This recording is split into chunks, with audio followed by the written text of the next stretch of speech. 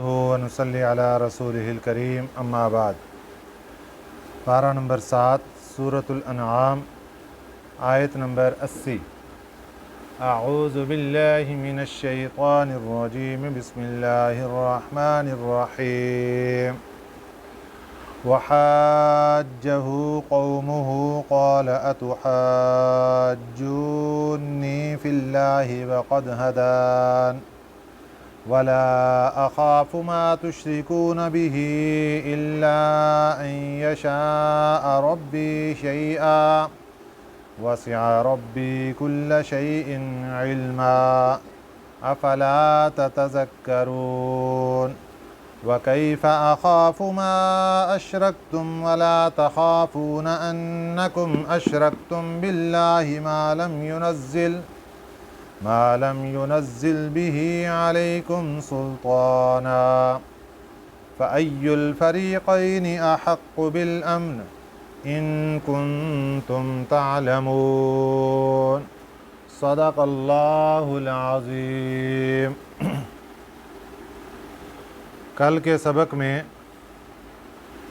حضرت ابراہیم علیہ السلام کے متعلق بات چل رہی تھی کہ آپ نے اپنی قوم کو کس انداز سے واعظ و نصیحت فرمائی۔ قوم والے بتوں کی بھی پوجا کرتے تھے اور اس کے ساتھ ساتھ قوم والے ستاروں کو معبود مانتے، چاند کو معبود مانتے، سورج کو معبود مانتے۔ آپ نے حکمت و بصیرت کے ساتھ بہت احسن انداز میں تمام معبودان باطلہ کی نفی فرما دی۔ اس کے بعد آج کے سبق میں اللہ تعالیٰ اس کے بعد کے احوال بیان فرما رہے ہیں کہ جب حضرت ابراہیم علیہ السلام نے نفی فرما دی تو قوم نے ان سے جھگڑا کرنا شروع کر دیا۔ وحاجہ قومہ، اور جھگڑا کیا ان سے ان کی قوم نے۔ قالا، کہنے لگے حضرت ابراہیم علیہ السلام، اتحاجونی، کیا تم مجھ سے جھگڑا کرتے ہو، فی اللہ، اللہ تعالیٰ کے معاملے میں، وقد ہدانی، تحقیق اسی نے مجھے ہدایت دے دی ہے۔ اللہ تعالیٰ کے ایک ہونے کے معاملے میں مجھ سے جھگڑا کر رہے ہو کہ میں نے یہ دعویٰ کیا ہے کہ اللہ کی ذات ایک ہے، سب کچھ کرنے والی وہی ذات ہے، اور ان لوگوں نے جھگڑا کرنا شروع کر دیا کہ اللہ کی ذات ایک، ہم تو آج تک بارش کسی اور سے مانگتے رہے، ہم تو بیٹا کسی اور سے مانگتے رہے، بیٹی کسی اور سے مانگتے رہے، اگر گھر کے اندر کوئی جھگڑا ہو جاتا کسی اور سے حل کرواتے، تو تم کہہ رہے ہو کہ ایک ہی خدا ہوگا۔ اس معاملے میں جھگڑا شروع ہو گیا،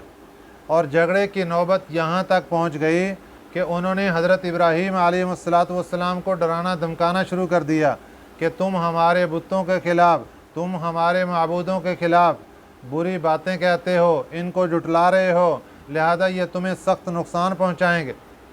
جس طرح آج مسلمان اللہ سے ڈرتا ہے کہ اگر اللہ کو ناراض کر لیا، اللہ کی گستاخی ہو گئی یا نبی پاک صلی اللہ علیہ وسلم کی گستاخی ہو گئی، کوئی معاملہ ہو گیا تو اللہ کی پکڑ آئے گی اور انسان دنیا میں بھی ذلیل ہوگا اور اس کے بعد بھی ذلیل ہوگا۔ اس طریقے سے وہ جھوٹے معبودوں سے ڈرانے لگے، حضرت ابراہیم علیہ السلام کو ڈرانے لگے۔ تو آپ نے کیا فرمایا؟ وَلَا أَخَافُ، نہیں میں ڈرتا، مَا تُشْرِكُونَ بِهِ، ان سے جن کو تم شریک ٹھہراتے ہو، جن کو تم اللہ کی ذات کے ساتھ شریک بنا رہے ہو، میں ان سے کچھ بھی نہیں ڈرتا کہ یہ میرا کچھ بگاڑ سکیں گے۔ ہاں، إِلَّا أَن يَشَاءَ رَبِّي شَيْئًا، مگر یہ کہ چاہے میرا رب کچھ بھی، میرا رب اگر مجھے کوئی تکلیف دینا چاہتا ہے تو وہ رب دے سکتا ہے۔ یہ بتوں کے اختیار میں یا جھوٹے معبودوں کے اختیار میں، خواہ وہ کسی بھی صورت میں ہو، ان کے پاس کچھ اختیار نہیں ہے کہ یہ کسی کو کوئی نقصان پہنچا سکیں۔ وسع ربی کل شیء علما، وسیع کر لیا میرے رب نے کل شیء، ہر چیز کو، علماً، اپنے علم کے اعتبار سے۔ اللہ تعالیٰ کا علم ہر چیز پر وسیع ہے۔ میرے رب کے علم نے ہر چیز کو وسعت میں لے لیا، احاطے میں لے لیا۔ افلا تتذکرون، کیوں نہیں تم نصیحت حاصل کرتے؟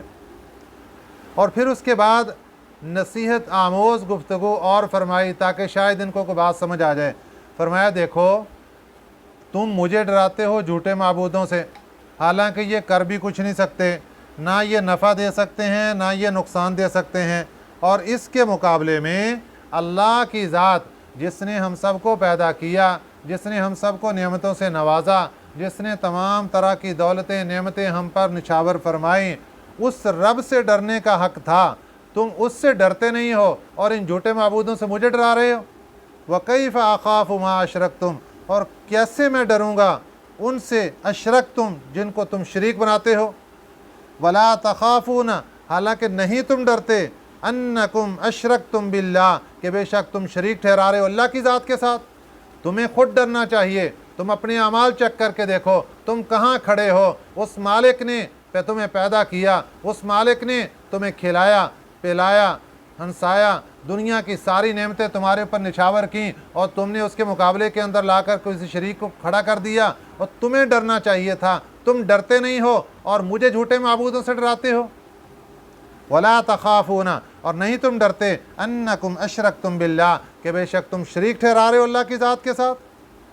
مَا لَمْ يُنَزِّلْ بِهِ، نہیں اتاری اس کے متعلق، عَلَيْكُمْ سُلْطَانًا، تمہارے اوپر کوئی دلیل، اس کے متعلق تمہارے اوپر کوئی دلیل بھی نہیں ہے، تمہارے پاس کوئی دلیل نہیں ہے کہ یہ جو شریک ٹھہرا رہے ہو یہ درست ہے، کیا واقعی اس کا کوئی حصہ ہے عبادت کے اندر اور معبود بننے میں، اس کا بھی کوئی حصہ، کوئی دلیل نہیں تمہارے پاس۔ اب یہ دو قسم کی جماعتیں بن گئی، ایک جماعت وہ ہو گئی جو اللہ کی خالص عبادت کرنے والے اور اللہ کو معبود ماننے والے، اور دوسری جماعت وہ ہو گئی جو کہ اللہ کی ذات کے ساتھ شریک ٹھہرانے والے۔ تو اللہ تعالیٰ نے یہاں پر ایک سوال اٹھایا، فَأَيُّ الْفَرِيقَيْنِ، کون سا فریق دونوں میں، کون سی جماعت دونوں میں، احق بالامن، امن کی حقدار ہے، سکون کی حقدار ہے، دل جمی کی حقدار ہے۔ یہ سوال اللہ تعالیٰ نے اٹھا دیا کہ بتاؤ، سننے والوں تم بھی بتاؤ کہ ایک طرف اللہ کی ذات کے ساتھ شریک ٹھہرانے والے لوگ ہیں، کبھی وہ جھوٹے بتوں کو شریک ٹھہراتے ہیں، کبھی معبودان باطلہ کو، سورج چاند ستاروں کو لا کر اللہ کے مقابلے میں شریک ٹھہرا رہے ہیں، اور دوسری طرف خالص اللہ کی عبادت کرنے والے لوگ ہیں۔ بتاؤ فَأَيُّ الْفَرِيقَيْنِ أَحَقُّ بِالْأَمْنِ، ان دونوں فریقوں میں کون سا فریق امن کا زیادہ حقدار ہے، دل جمی کا زیادہ حقدار ہے، سکون کا زیادہ حقدار ہے۔ ان کنتم تعلمون، اگر تم کچھ سمجھ رکھتے ہو، کچھ جانتے ہو، کچھ علم رکھتے ہو تو اس سوال کا جواب تو دو۔ یہ سوال مشرکین مکہ کے سامنے کیا گیا، یہ سوال کیا تو اس زمانے میں گیا، لیکن ہر زمانے میں جو بندہ بندی قرآن پاک پڑھے گا، اللہ کا سوال اس کے سامنے ہے۔ بتاؤ، تمہارے سامنے دو قسم کی جماعتیں ہیں، ایک جماعت وہ ہے جو اللہ کی عبادت کرنے والی، اور ایک جماعت وہ ہے جو اللہ کی ذات کے ساتھ غیروں کو شریک ٹھہرانے والی۔ کون سی جماعت امن کی حقدار ہے، کون سی جماعت سکون کی حقدار ہے، کون سی جماعت دل جمی کی حقدار ہے؟ یہ اللہ تعالیٰ نے سوال اٹھا دیا۔ اس کے بعد پھر اللہ تعالیٰ نے اس کا خود ہی جواب دیا، فرمایا الذین آمنوا، جو لوگ ایمان لے آئے، ولم یلبسوا ایمانہم بظلم، اور نہیں ملایا انہوں نے اپنے ایمان کے ساتھ کسی نقصان کو، کسی ظلم کو، اپنے ایمان کے ساتھ کوئی ظلم شامل نہیں کیا، اپنے ایمان کے ساتھ کوئی نقصان شامل نہیں کیا۔ اولئک لہم الامن، یہی لوگ امن والے، یہی لوگ ہیں کہ ان کے لیے امن ہے، وہم مہتدون، اور یہی ہدایت یافتہ ہیں۔ یہ اللہ کی طرف سے سرٹیفکیٹ ہے، یہ اللہ کی طرف سے دیا ہوا انعام ہے، یہ اللہ کی طرف سے دیا ہوا تمغہ ہے۔ سوال خود اٹھایا اللہ کی ذات نے، جواب بھی خود دیا کہ وہ بندے جو ایمان لے آئے، اور ایمان لانے کے بعد ولم یلبسوا ایمانہم بظلم، اپنے ایمان کے اندر ظلم کو داخل نہیں کیا، ظلم کو مکس نہیں کیا۔ ظلم یہاں پر کیا چیز ہے؟ ان الشرک لظلم عظیم، شرک سب سے بڑا ظلم ہے۔ یہاں پر مفسرین اکرام فرماتے ہیں ظلم سے مراد شرک ہے۔ میرے آقا صلی اللہ علیہ وسلم کے اوپر قرآن پاک کی جب یہ آیت مبارکہ نازل ہوئی، صحابہ اکرام حاضر خدمت ہوئے، حضور اللہ تعالیٰ نے قرآن پاک میں فرما دیا کہ جس بندے نے ایمان لے آیا جو بندہ، اور اس نے اپنے ایمان کے ساتھ ظلم کو شامل نہ کیا، وہ بندہ امن میں ہوگا، وہ بندہ ہدایت یافتہ ہوگا۔ تو کون سا بندہ ہے جس کے پاس ظلم نہیں ہوگا، جس سے کوئی چھوٹا موٹا گناہ نہیں ہوگا؟ اس لیے ہم تو آج تک توقع رکھتے تھے، امید رکھتے تھے، اللہ تعالیٰ کی رحمت سے امید تھی کہ اللہ ہمیں معاف کر دیں گے، لیکن آج تو پکڑے گئے۔ پیارے نبی صلی اللہ علیہ وسلم نے فرمایا اس سے کوئی چھوٹا موٹی چیز مراد نہیں، بلکہ اس سے مراد شرک ہے، کہ جو بندہ شرک والا ظلم کر کے اپنے ایمان کے ساتھ مکس کرتا ہے، گڈمڈ کرتا ہے، اپنے ایمان کو خراب کر لیتا ہے شرک کے ذریعے، فرمایا کہ اس کے لیے امن نہیں ہے، اس کے لیے سکون نہیں، وہ ہدایت یافتہ نہیں۔ اور جو ایمان لے آیا اور اس نے اپنی زندگی کو شرک سے پاک رکھا، اپنے ایمان کو شرک سے پاک رکھا، اپنی دنیاوی زندگی کو شرک سے پاک رکھا، اپنے اٹھنے بیٹھنے کو شرک سے پاک رکھا، اپنی دعاؤں اور مانگنے کو شرک سے پاک رکھا، ہر چیز میں اپنے آپ کو شرک سے پاک رکھا، فرمایا اولئک لہم الامن، یہی وہ لوگ ہیں کہ ان کے لیے امن ہے، ان کے لیے سکون ہے، ان کے لیے دل جمی ہے، ان کے لیے دنیا میں راحت کا سامان ہے، ان کے لیے قبر میں راحت کا سامان ہے، ان کے لیے حشر کے اندر راحت کا سامان ہے، اور یہی لوگ وہم مہتدون، ہدایت یافتہ ہیں۔ وَتِلْكَ حُجَّتُنَا آتَيْنَاهَا إِبْرَاهِيمَ عَلَىٰ قَوْمِهِ، یہی ہماری دلیل ہے، آتَيْنَاهَا، جو ہم نے عطا کی، ابراہیم،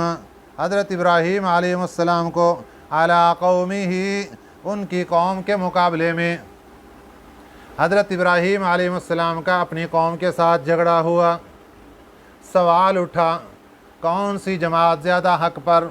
اللہ تعالیٰ نے فیصلہ فرما دیا، وَتِلْكَ حُجَّتُنَا، یہی ہماری دلیل ہے، آتَيْنَاهَا، جو ہم نے عطا کی، ابراہیم علیٰ قومہ، حضرت ابراہیم علیہ السلام کو ان کی قوم کے مقابلے میں، نرفع درجات من نشاء، ہم بلند کرتے ہیں درجات جس کے ہم چاہتے ہیں، ان ربک حکیم علیم، بے شک تیرا رب حکمت والا ہے، جاننے والا ہے۔ حضرت ابراہیم علیہ السلام کی شخصیت وہ کہ ہر بعد میں آنے والے لوگ اپنی نسبت ان کے طرف فخر سے کیا کرتے تھے، لیکن اللہ نے فیصلہ فرما دیا کہ حضرت ابراہیم علیہ السلام کی نسبت ہر ایک کو حاصل نہیں، صرف ان کو حاصل ہے جو اپنے ایمان کو شرک سے بچاتے ہیں۔ جو مشرک لوگ ہیں ان کو حضرت ابراہیم علیہ السلام کی نسبت حاصل نہیں ہے۔ وَوَهَبْنَا لَهُ إِسْحَاقَ وَيَعْقُوبَ، اور ہم نے عطا کیے ان کو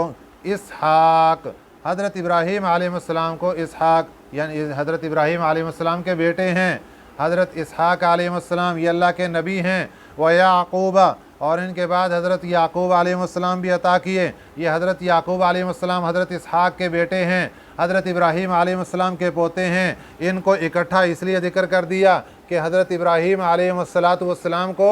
اللہ تعالیٰ نے بڑھاپے کی حالت میں جا کر 100 سال عمر تھی جب اللہ پاک نے حضرت اسحاق علیہ السلام بیٹا عطا فرمایا، اور ساتھ ہی اللہ نے اسی وقت خوشخبری دے دی ہم آپ کو اس بیٹے سے آگے پوتا دیں گے، اس کا نام یعقوب ہوگا۔